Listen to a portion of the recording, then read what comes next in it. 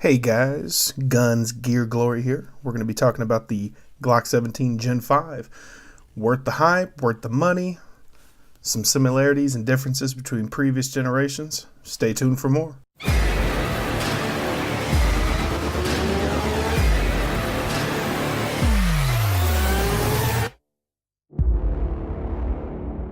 you ever woke up in the middle of the night to take a piss, and on the way to the bathroom, you stubbed your toe, ripped your toenail clean off?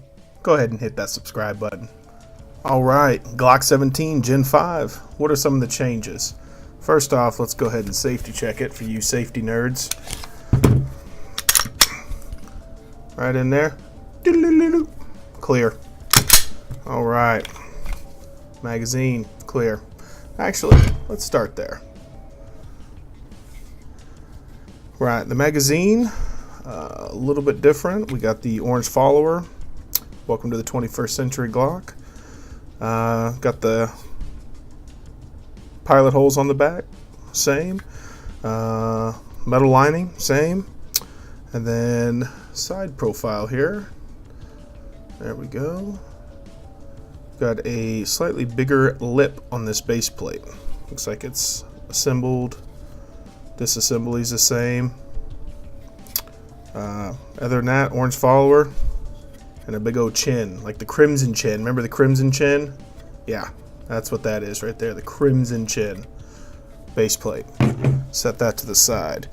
Well, obviously, I have a backstrap here. Comes with 4 of those. Fantastic. Remove the finger grooves. Real innovative. Then we have this cutout right here. It's a little sharp. Probably going to sand that down a little bit, but aids in pulling that Crimson Chin magazine out right there. We have, looks like the same magazine release, kind of scalloped, I guess, if you want to call it that. Square. You can still reverse it, but it's not completely ambidextrous. Since we're on this side, we have a slide stop on both sides. Right there. And it's a little thicker than your previous generations. And the finish seems to wear off significantly sooner. That's about 500 rounds through it, some holster wear, and that's already worn off. I mean, the gun's less than 6 months old. And then compare that to my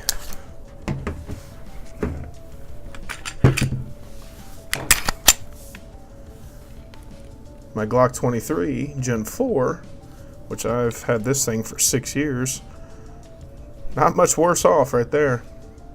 So, not sure if the finish is different on that or what's going on with that, but that's wearing off significantly quicker on this Gen 5. Let's go ahead and turn it around, take a look at the sights. Standard polymer sights, field goal, front dot.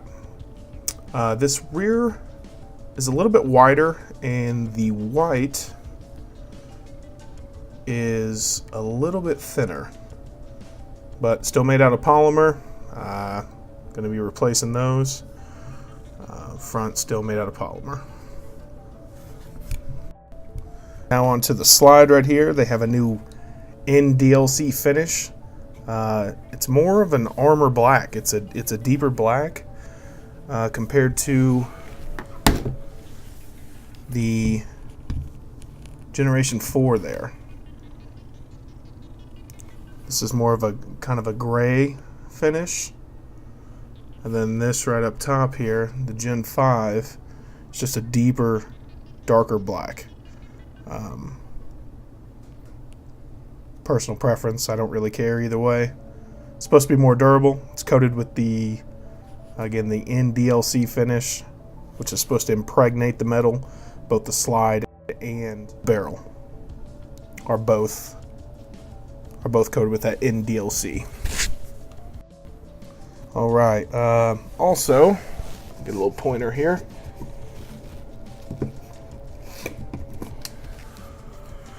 An old file. Went back to the 2-pin design, 1, 2, whereas the previous generations had a 2-pin, 3-pin design, 1, 2, and then 3. This one went back to the 2, which I think was on the Gen 3, maybe the Gen 2. I'm not 100% sure. Don't have one in front of me, unfortunately. Moving on from there, let's look at the trigger pull here. It's supposed to be, there's your take up, your wall, crisp brake,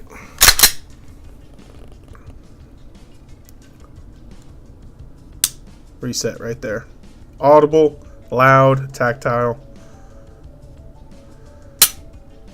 You know, it's slightly better than the Gen 4 that I have.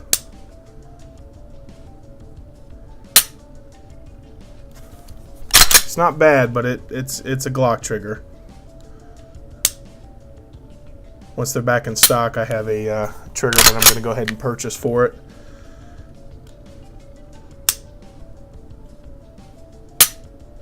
Pretty good. Nothing to write home about. All right, we got the gun disassembled here. We're going to go ahead and take a look inside the frame. Not much different going on. You do have your ambi slide stops on both sides, so you got the proper accommodations for that. Rails look about the same. Locking block's the same. Did notice this front channel was slightly redesigned here. Let me get that in frame for you. And it has to do with these takedown levers. Before it was a flat spring. And let's see if we can get an angle on that.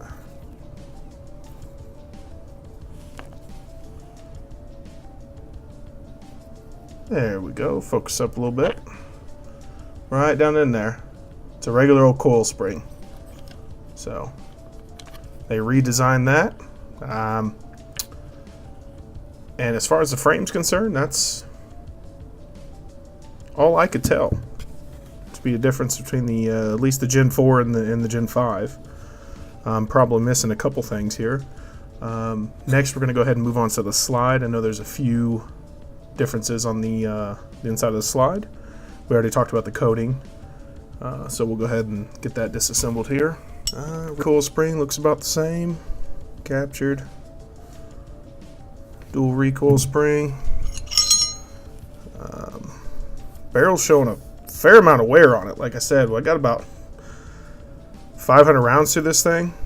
This new NDLC coating is what GLOCK's calling it. It's supposed to be more durable. You know, not 100% sure about that. A lot of wear. Lot of wear. The lugs seem to be fine. Not a fully supported chamber. They redesigned the rifling in here as well. I think it's the same polygonal rifling that GLOCK is known for. I think they may have tightened it up or deepened it, I think is what that is, and they're calling it their marksman barrel now. You're not going to be able to outshoot the barrel. That's the thing. And then they also crowned it, which I'm a fan of. One of the main reasons for an aftermarket barrel, in my opinion, is the crown. This is crowned, so I like that. Overall, doesn't look much different than any of the other barrels. Onto the slide. Biggest noticeable difference is they redesigned the safety plunger, and it's more of, instead of a dome shape, it's flat on one side, flat on the top, and then flat. It's supposed to aid with a smoother trigger pull. I guess that does help because the trigger is is smoother. It's, I guess, more like the GLOCK 43, I think. There we go. It is dirty. Terribly sorry it's dirty. Went shooting, haven't cleaned it yet. Wanted to give a quick video. I'm actually about to ship this slide off and get it milled out, so I wanted to give you guys a quick video on it here. And another thing that I haven't seen a lot of people comment on or talk about, let me see if I can get around here. Firing pin is now a little bit more rounded. Before it was a little bit flatter. You can tell on that on the primer strikes. I don't think anything else internally is changed or redesigned. I think they just made this a little bit more round. Other than that, not a whole lot. All right, got the gun reassembled here. Overall, I like it. Like I said, I have about 500 rounds through it. I've had one stovepipe, I believe it was, and then I blame that on the ammunition, cheap aluminum cased ammo. Other than that, I've shot brass through it, steel through it, aluminum through it. Haven't had an issue. I'm going to go ahead and put a few hundred more rounds through it after I get the slide milled and all the accessories put on. What are my impressions? I think overall it's an upgrade. I feel like it is. Trigger slightly better. I feel like the slide coating looks like it's gonna be a little bit better. Not sure about that barrel coating though. I do have some wear right there. The locking block. I guess I forgot to touch on they beveled this slide, or this the front part of the slide here. Did not bevel the frame though to match, so there is a little overhang there, so not a big deal to me personally. There you go. Might show you a little bit of the overhang there. Yeah, not a big deal to me. Don't really care. I'm getting the slide milled anyway. Like I said, impressions, I like it. Worth the money? Well, I got a pretty good deal on it. Paid about $570 for it. So I didn't think that was a bad deal. I was in the market for a new gun. I wanted to switch from 40 to a 9mm, and I was interested in the full size. I do shoot it better than the compact. All right, big question is, should you buy one? I think that's up to you. I was in the market for a new Glock. I wanted to switch calibers, switch to 9mm. It helped line that up with what the wife carries, and for shootability, just in case, you know, shit hits the fan, she has to use my firearm. It's more shootable for her than the compact 40 I had. So that was the main reason I wanted to switch over. So far, I like it. I think it's a good buy. If you're in the market for a new pistol, check out the Gen 5. See what you can get them for. They're going mid 5s up to 6 with the standard sights. They do have a night sight option. It's about $100 more.